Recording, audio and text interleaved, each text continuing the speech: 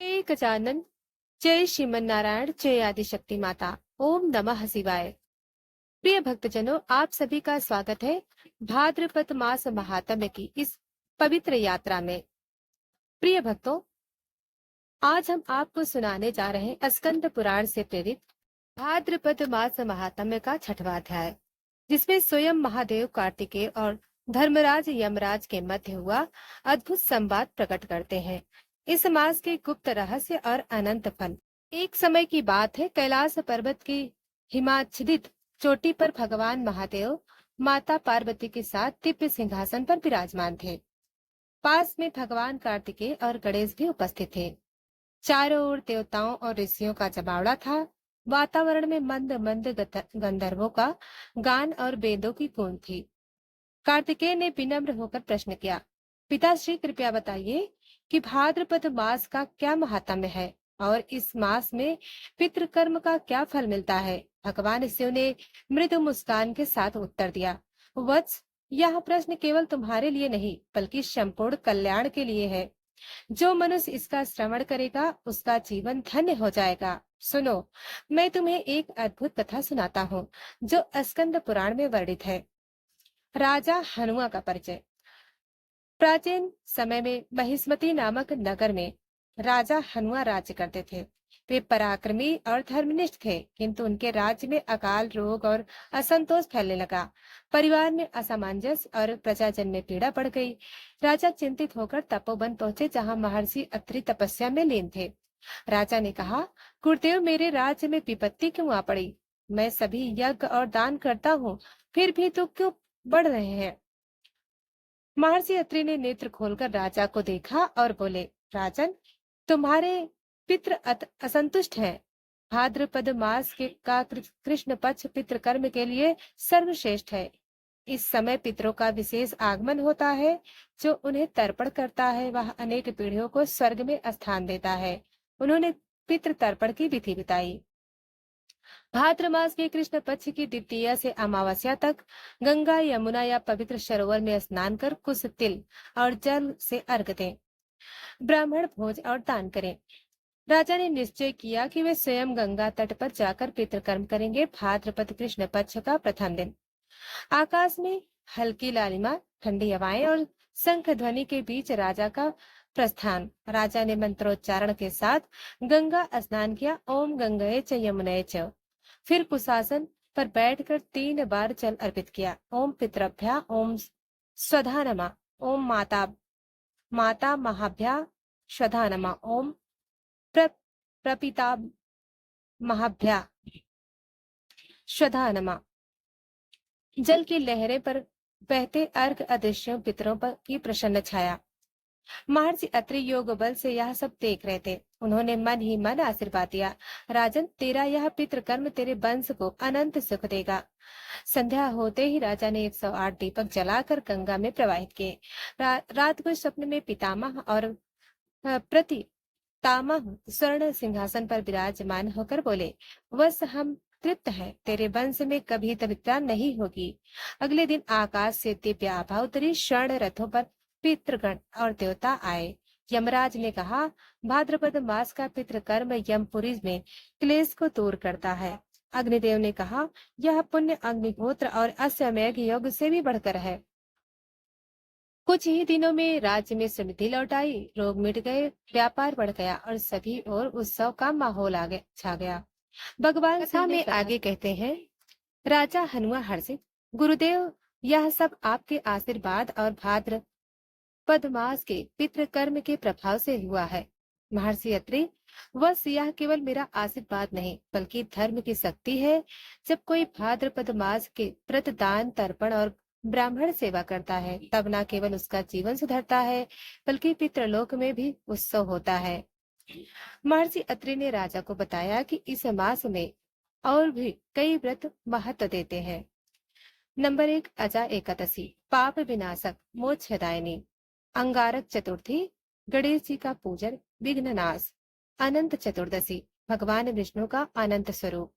महालय अमावस्या, पितृ तर्पण का श्रेष्ठ दिन। प्रिय भक्तों, शिव कार्तिकेय से कहते हैं, बस यही वह कथा है जो भाद्रपद मास के महात्म्य को प्रकट करती है। जो मनुष्य इस कथा को सुनता और सुनाता है, वह पितरों के आशीर्वाद से दीर्घ आयु, सुखी और धर्मपरायण होता है। कार्तिकेय मस्तक झुकाते हुए, पिताश्री, आपने जो ज्ञान दिए वह केवल मेरे लिए नहीं, समस्त मानव जाति के लिए कल्याणकारी है। जो व्यक्ति भाद्रपद मास के व्रतों का पालन करता है, पितरों का तर्पण करता है, इस दिन कथा श्रवण करता है, उसे इस जन्म में सुख और अगले जन्म में मोक्ष को प्राप्त होता है। प्रिय भक्तजनों, अब श्रवण करते हैं भाग 3, शिव और यमराज संवाद, गुप्त विधियां, फलश्रुति विस्तार। यमलाग यमलोक से कैलाश तक संदेश। दृश्य खुलता है। यमराज अपने सिंहासन पर बैठे हैं और उनके सामने धर्मपुत्र चित्रगुप्त खड़े हैं। चित्रगुप्त, धर्मराज, पृथ्वी पर भाद्रपद मास के पुण्य कर्म से अनेक आत्माएं आपके लोक में मुक्त होकर दिव्य गमन कर रही हैं। राजा यमराज प्रसन्न होकर एक दूत को आदेश देते हैं, तुरंत कैलाश जाओ और महादेव को यह संदेश दो, उनके द्वारा बताए गए भाद्रपद माह के व्रत और तर्पण विधि से हमारे लोक का भार हल्का हो गया है। कैलाश पर्वत के श्वेत हिमखंड सूर्य के प्रकाश में ऐसे चमक रहे हैं जैसे स्वर्ण का समुद्र हो। गंगा की धारा शिव के जटाजूट से प्रवाहित हो रही है और माता पार्वती उनके बगल में विराजमान है। यमराज हाथ जोड़कर प्रणाम करते हैं। महादेव, आपके वचनों के पालन से भाद्रपद मास में पितरों की अपार मुक्ति हो रही है। यह मास केवल पृथ्वी के जीवों के लिए नहीं, हमारे लोक के लिए भी कल्याणकारी है। धर्मराज, शिव भगवान कहते हैं, धर्मराज, यही तो सनातन धर्म का सार है। जब जीव अपने मूल, अपने पूर्वज और अपने आराध्य को नहीं भूलता, तब तीनों लोक में संतुलन बना रहता है। अब शिव कार्तिकेय को भाद्रपद मास की एक गुप्त साधना बताते हैं। वत्स, इस मास में अमावस्या के दिन प्रातः काल शुद्ध जल से स्नान कर कुशासन पर बैठकर ओम पितृभ्यः स्वधा नमः मंत्र का 108 बार जाप करना चाहिए। इसके बाद तिल, कुश और जल से तर्पण करें। विशेष बात, यदि कोई यह जप गंगा में कुश और तिल डालकर करता है तो उसके पितृ सीधा पितृलोक को प्राप्त हो जाते हैं। भोजन का नियम, इस दिन प्याज, लहसुन, मांस, मद्य और तामसिक भोजन में वर्जित है। दान, तिल, वस्त्र, घी और गुड़ का दान पितृ प्रसन्न करता है। प्रिय भक्तों, कैलाश पर बैठी पार्वती माता शिव से पूछती हैं, नाथ, आपने भाद्रपद मास के नियम और फल तो बताएं, लेकिन यह बताइए, क्या यह मास केवल मनुष्य के लिए ही है या देवगण और अन्य लोगों के जीव भी इससे लाभान्वित होंगे? शिव मंद मुस्कान के साथ कहते हैं, देवी, भाद्रपद मास के 7 गुप्त रहस्य हैं, जिन्हें जानकर देवता, असुर, गंधर्व और मानव सभी लाभ उठाते हैं। नंबर 1, पितृलोक के द्वार। इस मास में पितृलोक के द्वार 16 दिन तक खुले रहते हैं। नंबर 2, देवऋषि का आगमन। महर्षि नारद और अन्य देवऋषि पितृलोक में जाकर उनके संदेश मनुष्यों तक पहुंचाते हैं। नंबर 3, वेद पाठ का प्रभाव। इस समय वेद मंत्र, विशेषकर ऋग्वेद और यजुर्वेद के सूक्त पितरों तक सीधा पहुंचाते हैं। नंबर 4, तुलसी और कुश का महत्व।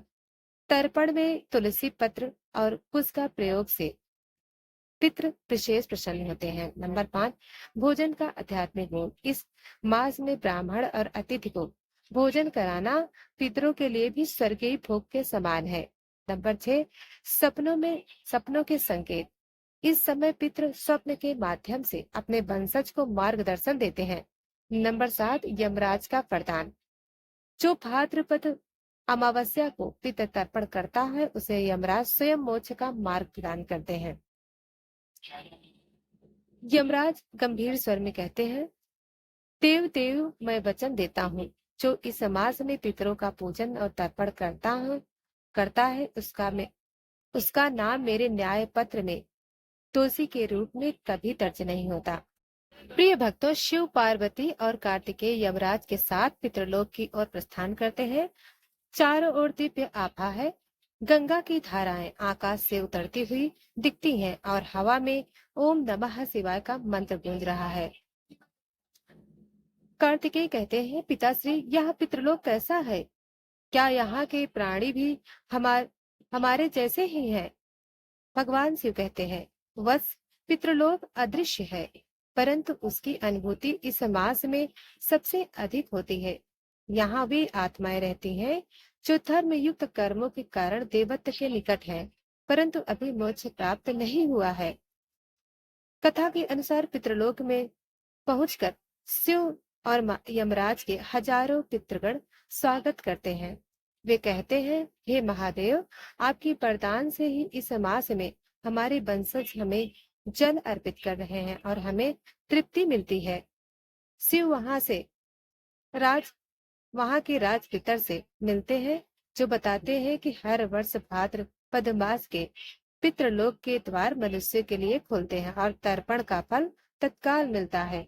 शिव पितृलोक में ही सभी लोगों के लिए भाद्रपद मास के करने योग्य 7 विशेष विधान बताते हैं। अमावस्या तर्पण, पितृ गायत्री जाप, अन्नदान, तुलसी पत्रार्पण, संध्या समय दीपदान, श्राद्ध भोजन, गाय को चारा और जल देना। यमराज कहते हैं, जो भाद्र मास में इन 7 विधान का पालन करता है, उसकी मृत्यु के समय स्वयं उसे भय मुक्त करूंगा और उसके पितरों को सदगति प्रदान करूंगा। माता पार्वती कहती है, जो स्त्रियां इस मास में पितरों के लिए तर्पण करें और ब्राह्मण को भोजन दे, उनके घर में संतति, सुख, पति की दीर्घायु, लक्ष्मी का वास होता है। कार्तिकेय इस कथा को सुनकर कहते हैं, पिताश्री, अब मुझे ज्ञात हुआ कि भाद्रपद मास न केवल पितरों के लिए है, बल्कि यह जीवितों के लिए जीवन को भी पवित्र करता है। प्रिय भक्तों, शिव पार्वती और कार्तिकेय कैलाश पर लौटते हैं।